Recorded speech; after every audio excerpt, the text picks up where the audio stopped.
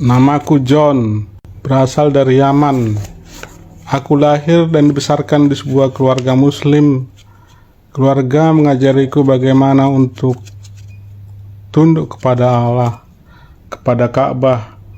Mereka juga mengajariku bagaimana berdoa 5 kali, bagaimana berpuasa, bagaimana melakukan semua ritual Islam.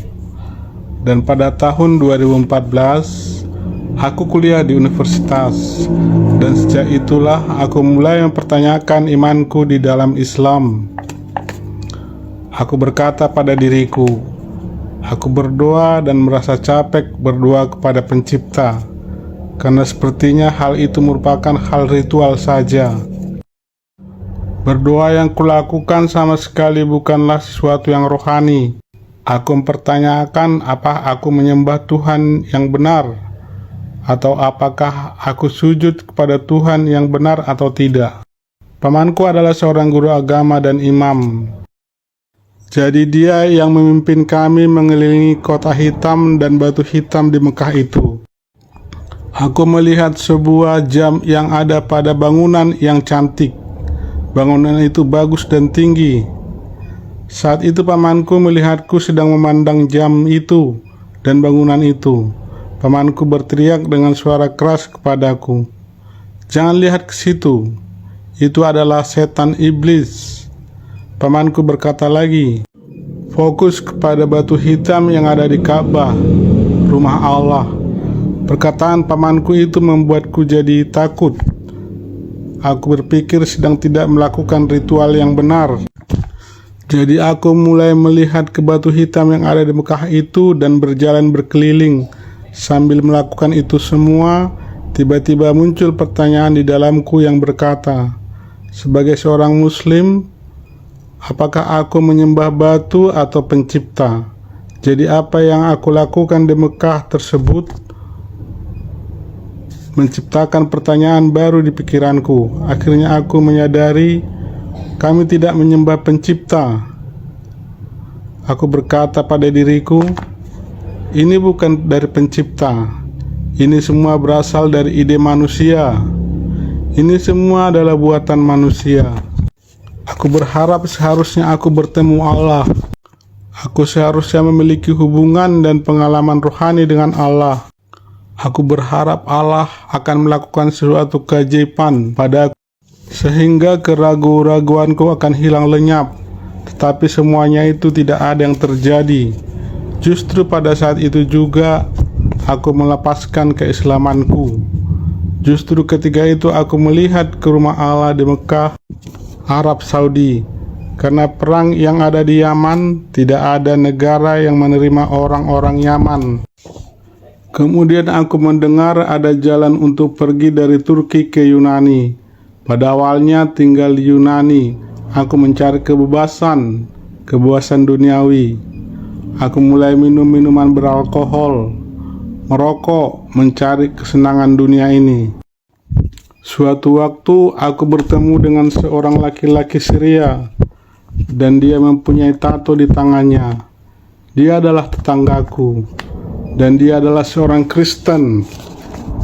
Karena penasaran tentang tato itu, aku bertanya kepadanya, "Apa arti salib yang ada di tanganmu? Kenapa kamu memiliki salib sebagai tato di tanganmu?" Dia menjawab, "Artinya adalah Yesus Kristus, Mesias." Dalam bahasa Arab, Yesu yang artinya juru selamat. Aku begitu bersemangat untuk kembali ke gereja yang kulakukan hari Minggu berikutnya. Aku pergi ke gereja itu lagi.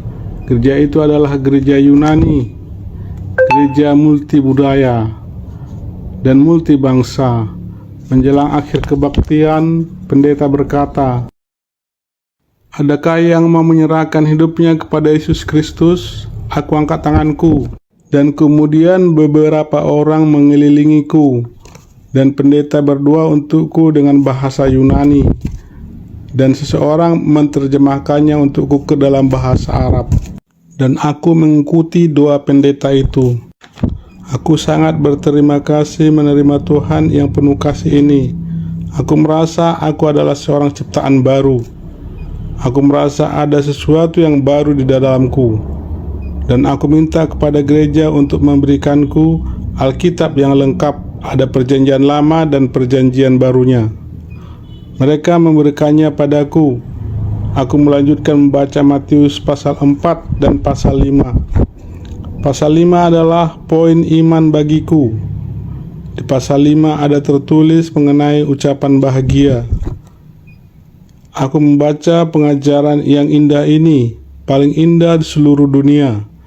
Berbahagialah orang miskin di hadapan Tuhan, karena mereka lah yang mempunyai kerajaan surga.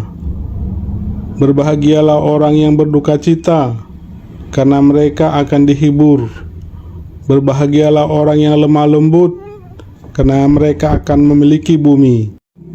Berbahagialah orang yang lapar dan haus akan kebenaran, karena mereka akan dipuaskan. Berbahagialah orang yang murah hatinya, karena mereka akan beroleh kemurahan.